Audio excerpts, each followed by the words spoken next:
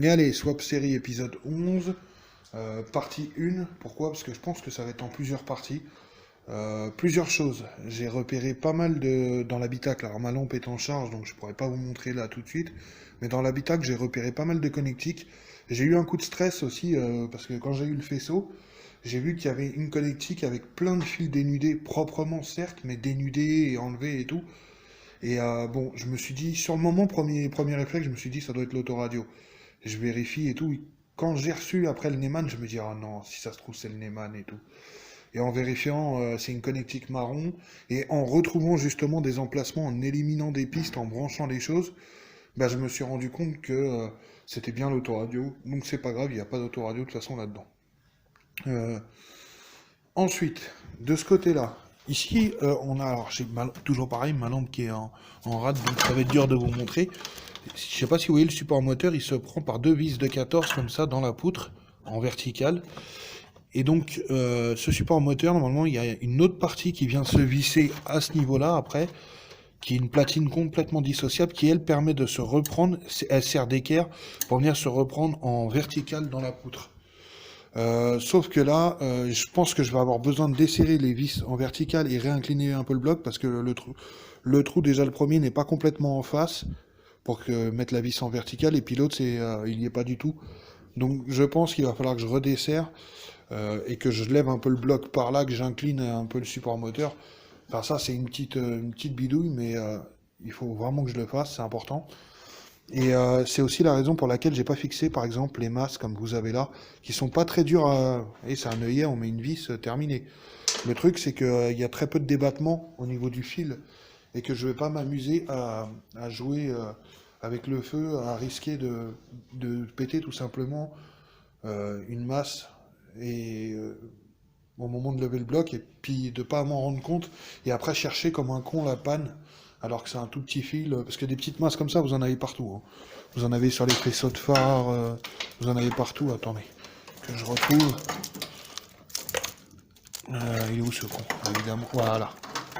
Hop, voilà. Vous avez ce genre de masse aussi à mettre. Enfin c'est, faut pas jouer au con avec ça parce qu'après après on peut se retrouver emmerdé pour rien et créer des pannes pour rien. Ensuite, il y a un truc qu'il faudrait que je retrouve, c'est que normalement, même sur les générations d'avant d'où provient le faisceau, vous avez un fil qui sort du faisceau, enfin deux fils, et qui viennent alimenter le répétiteur. Là, je ne l'ai pas trouvé, curieusement. Donc il va falloir que je prospecte ce soir sur Internet pour voir un petit peu les différences, tout ça. Mais globalement, on est sur le même faisceau à la base, mais après, les différences des fois de châssis font que les fils sont un peu plus longs ou un peu plus courts. Je m'y attendais. Maintenant, Mazda sont assez prévoyants sur ce genre de truc. Et à l'époque, ils n'avaient pas des milliers des cents achetés dans la conception de nouveaux trucs. Et c'est pour ça qu'énormément de choses sont compatibles. De quoi vous parlez? Moi, quand j'ai enlevé le moteur, j'ai enlevé directement les durites sur le moteur. Et elles sont toujours, par exemple, là, c'est une durite qui va au filtre à essence. Celle-ci aussi. Enfin, ça, c'est le retour d'essence. Et la personne qui m'a vendu le bloc, lui, il les a laissés dessus. Donc j'ai pu retrouver... Enfin, de toute façon, c'était pas bien dur, hein. J'ai retrouvé assez facilement. Celle-ci va là, celle-ci va là. Faut faire passer par en dessous, mais bon, vous avez compris le principe. Et petit truc à savoir, et j'avais oublié ça. J'avais oublié, mais c'est très astucieux et si on ne le sait pas, on galère. Je me prenais la tête, pourtant j'ai bien remis la patte de fixation, le guide de cap d'accélérateur, tiens. Oui, c'est bon, il est bien dedans, il est fixé. Et j'étais là en train de galérer au niveau du papillon, j'arrivais pas à remettre le câble était beaucoup trop court et tout. Et en fait, regardez, je vous montre, il y a deux fixations. Vous en avez une au-dessus, une en dessous, selon la longueur de votre câble d'accélérateur. Et vous allez reprendre soit au-dessus, soit en dessous du papillon, tout simplement. De mémoire, sur le Z5, il était pris au-dessus. Je suis plus très sûr, mais en tout cas, sur le BP, je me rappelle que sur l'Astina, là-bas, j'avais eu le même problème où je galérais. Et en fait, il fallait le reprendre par en dessous en se fixant sur la patte du bas. Enfin, sur le guide du bas. Donc voilà, j'ai retrouvé pas mal de choses.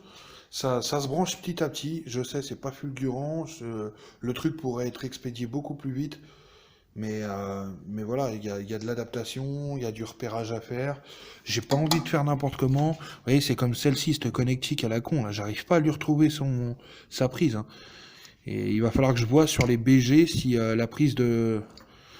Bah, cette connectique-là, c'est la même, mais théoriquement, ça devrait être la même. D'autant que je vous dis, cette voiture, d'origine, quand elle sort en 1,3 litre, elle est avec les connectiques de cette génération-là. Donc, logiquement, je devrais pas avoir de problème de ce côté-là. Après, j'ai envie de vous dire, ça se change, hein. Sans trop se faire chier, ça se démonte. On intervertit. Et même si ça se démonte pas, vous voyez, deux fils, hein, d'accord? Donc, voilà. Bon, on en est à peu près là. En fait, ce qu'il y a, c'est que je sais où tout va. Et maintenant, il faut le faire, on va dire, proprement pour pas créer de panne par la suite. Et le plus long du boulot, là, c'est vraiment de repérer toutes les connectiques. Parce que le faisceau étant libre là, hein, il se balade. Ah, choper une durite en vous parlant du faisceau. Et, il y a pas mal de marge, il va falloir que je retrouve exactement où va tout, mais voilà. J'ai trouvé des photos hier sur Google Images, j'ai même retrouvé des photos de mon ancien bloc, la toute première pistart que j'avais. Euh, le truc, c'est que sur les F, il y a des différences, et puis souvent vous avez des vues comme ça. Souvent vous avez des vues comme ça. Et moi, ça m'indique pas grand-chose, même en zoomant. Moi, j'ai besoin de savoir où va telle ou telle connectique. Donc, j'ai localisé pour les feux, j'ai localisé normalement pour les répétiteurs, les clignots, pardon, ici, là. J'ai repéré pour pas mal de trucs, mais bah, ça avance. Mais là, je fais une pause, ma lampe est en charge. Bah, les dernières parties de cette vidéo pour aujourd'hui, parce que j'ai mal au crâne, que j'ai envie de rentrer. Et bah, ça a avancé. Alors, je pourrais pas vous montrer encore une fois, à faire me croire sur parole, mais j'ai redéplacé la traverse. Je l'ai remise, je l'ai mise d'abord en corrélation avec le support moteur de boîte, enfin le support de boîte du coup. Là, on la voit la traverse. Donc j'ai mis les deux écrous de 14, ce qui me fait tomber pile en face au niveau du masque, ce qui me fait tomber pile en face au niveau du support de boîte à l'arrière, et ce qui me fait tomber allez, à ça pour que ça rentre aussi à l'arrière. Donc je pense pas que la face avant de cette voiture est reculée, parce que quand on l'a refait en carrosserie complète, on a bien vu que les éléments étaient droits et tout. Maintenant, bah, je pense que la 323 S, la 323 S BA Familia a un nez un tout petit peu plus court, ce qui fait que bah voilà, ça fait une différence de traverse. Alors je pourrais reprendre la traverse que elle avait d'origine et repercer dedans. Mais en vrai, là, j'ai juste à ajourer deux trous et de pas grand chose et tout rentre nickel. Donc je vais pas aller me faire chier à faire des adaptations à la main en moelleux. Là, il y a une petite adaptation, mais voilà.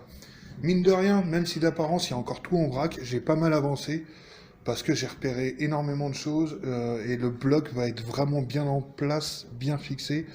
Et là, du coup, je vais pouvoir, après, ça ira très vite pour remettre les durites, les gaines, tout ça. Et puis j'ai repéré pas mal de fils, notamment le Neyman. Mais ça fait tellement longtemps, c'est tout con, hein, mais ça fait tellement longtemps que je le cherchais.